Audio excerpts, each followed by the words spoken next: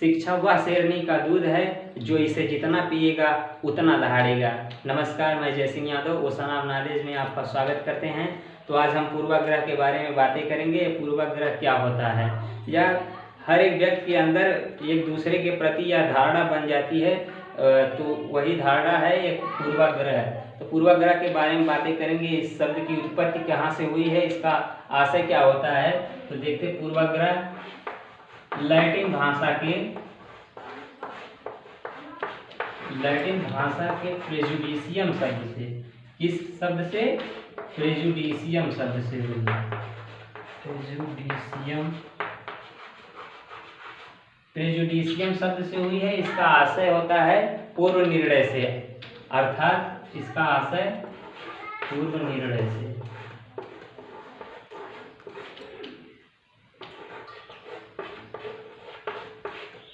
पूर्व निर्णय से इसका आशय होता है, अर्थात किसी व्यक्ति की वास्तविकता जाने बगैर उसके जाति सदस्यता के आधार पर, उसके वर्ग के आधार पर, उसके लिंग के आधार पर एक धारणा हम बना लेते हैं, तो वही पूर्वाग्रह होती है।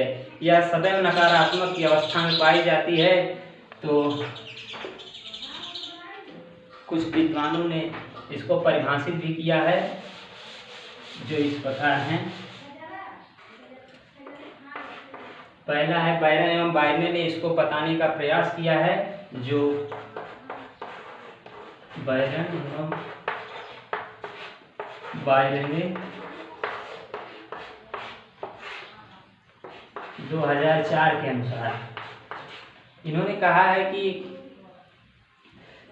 किसी अन्य व्यक्ति या किसी अन्य व्यक्ति के समूहों के प्रति निर्मित नकारात्मक अभिवृत्ति ही पूर्वाग्रह है। इन्होंने कहा है कि किसी अन्य व्यक्ति के सदस्यों के प्रति निर्मित नकारात्मक अभिवृत्ति ही पूर्वाग्रह है। और दूसरे वैज्ञानिक हैं जो मायर्स हैं,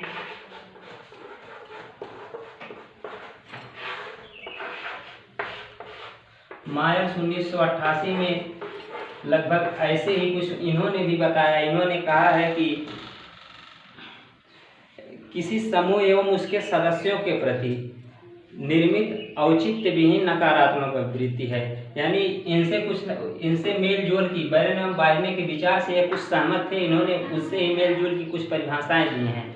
तो इन दोनों की परिभाषाओं से यही स्पष्ट होता है कि पूर्वाग्रह एक पूर्वग्रहित मत होता है, जो हम किसी व्यक्ति के बारे में उसके जाति के आधार पर या उसके धर्म के आधार पर ये निर्णय यह एक मत बना लेते हैं, तो वही पूर्वाग्रह होता है। अब जैसे हम बात करेंगे कि इसके उदाहरण कहाँ कहाँ यह पाया जाता है। पहला है यह जाट के क्षेत्र में देखेंगे। जात के क्षेत्र में देखेंगे कि जैसे भारत में जो ऊंची और नीची जातियों का भेदभाव जो पाया जाता है, वहाँ पर पूर्वाग्रह भी होता है। इसी के कारण ही, पूर्वाग्रह के कारण ही लोग एक दूसरे, मतलब ऊंची जात के लोग निचली जातियों को अछूत मानते हैं। उनके साथ अपना एक मतलब उनके साथ उठना बैठना, रहना, बोलना चालना या खान पान का संबंध नहीं रखना चाहते हैं। ये ऊंची जातियों का धारणा बन गया है कि छोटे जात के लोग गंदा होते हैं या फिर अछूत मानते हैं उनको। ये रहा जात के आधार पर। अब दूसरा धर्म के आधार पर देखते हैं। धर्म के आधार पर जैसे हिंदू और मुसलमान का ये काफ़ी प्राचीन कहानी है। जैसे कि कुछ हिंदू लोग मुसलमान को गंदा समझते हैं, तो ऐसा नहीं है कि मुसलमान हिंदू को बहुत अच्छा समझेंगे।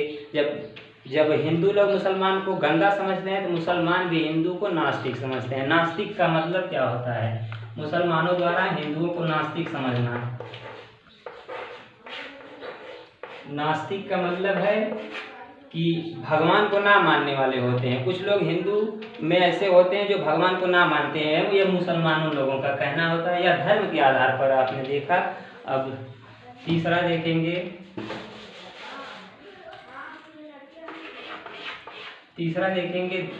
देश के आधार पर। यह देश के आधार पर भी आधारित होता है, या एक मत होता है, या पहले से बनी हुई धारणा होती है। जैसे हम ब्रिटिश या इंग्लैंड के बारे में बात करेंगे। इंग्लैंड वालों को जैसे आप समझ ही रहे होंगे कि एक अंग्रेज ही जो आए थे भारत के साथ कुछ व्यापार करने के लिए, तो इन्होंने देखा कि भारत में राजनीतिक एकता का अभाव था। एक राजा दूसरे राजा के प्रति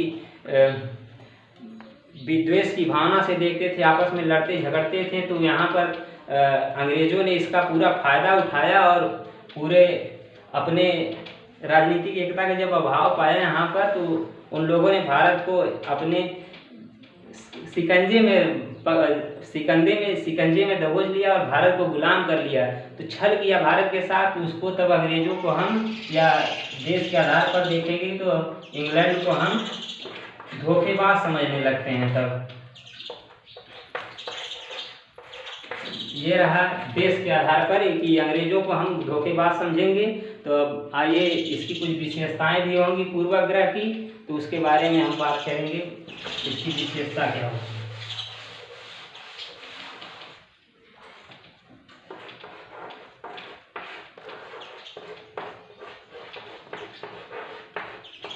विशेषता में जैसे इसकी कुछ विशेषताएं होती हैं, तो पहली विशेषता यह है कि तार्किकता का अभाव।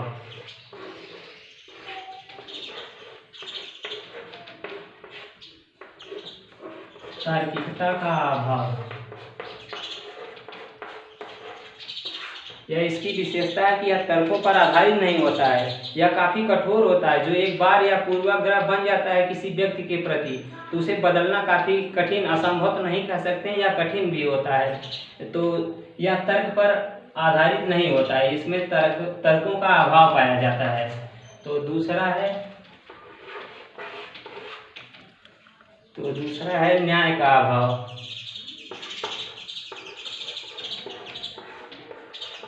न्याय का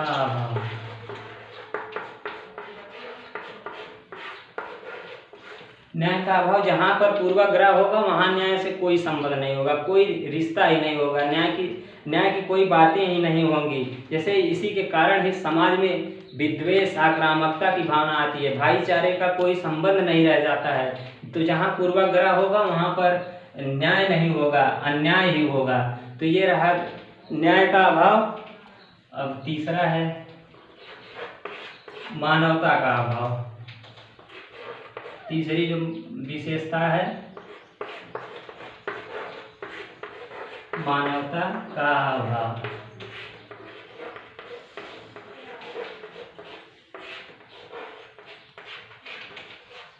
इसमें मानवता का अभाव पाया जाता है। पूर्वाग्रह के कारण ही लोग एक मानव के बीच में संघर्ष चलता रहता है। एक जो जहाँ पर प्यार, दया, सहानुभूति होनी चाहिए वहाँ पर विद्वेष की भावना होती है, आक्रामकता का व्यवहार एक व्यक्ति दूसरे व्यक्ति के प्रति करता है। जब पूर्वाग्रह जब वहीं पाया जाता है जहाँ पर मानवता का अभाव होता है। जहाँ पर मानवता नहीं होती है वहाँ पर पूर्वाग्रह होता है। तो ये तीसरा रहा। अब चौथे की बात करेंगे। चौथा है पूर्वाग्रह नकारात्मक होते हैं। ये नकारात्मक कैसे होते हैं इसके बारे में। नकारात्मक होते हैं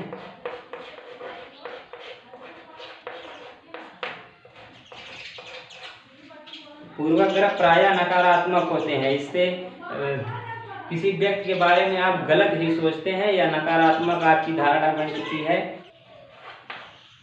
पांचवा है सत्यता का अभाव। सत्यता का अभाव